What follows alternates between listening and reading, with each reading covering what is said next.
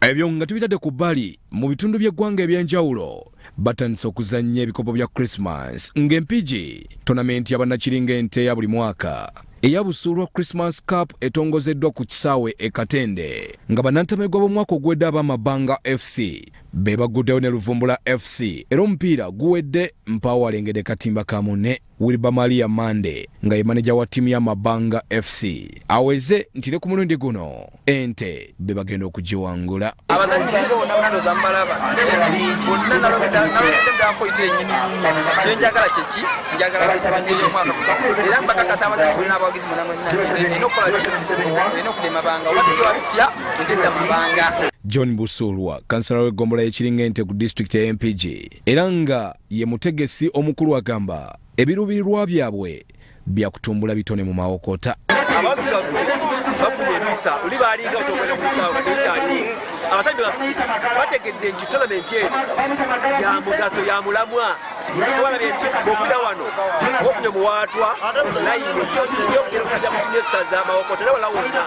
so disipulini yeyongedde kandi sure nti disipulini egatuyamba okugulamu amaanyi batugendera wamu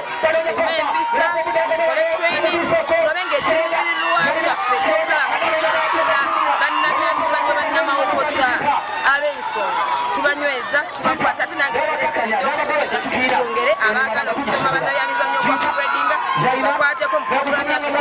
okuweerera omwana w'omusobozi ate n'abakyala abali tukimanyi nti mu sizona zonna zetugabirako oba ezikulaakulana zisinga kulokola byamizannyo kati ffe tulabanga singa tuyimusa ebitone by'abaana no wansi okuva ku baana abato baa kubasembayo tulaba nga kiyimirira okubanga egenda ku levo erina. Tusaba abasambi beeyise bulungi basambe omupiira wadde gwa competition naye gubeeremu omukwano kubanga ekigendwa kya tonamenti eno kulonda ttiimu nnungi esobola okkikinja eggombolola eno mu mpaka ez'enjawulo ng'ezakayima kaapu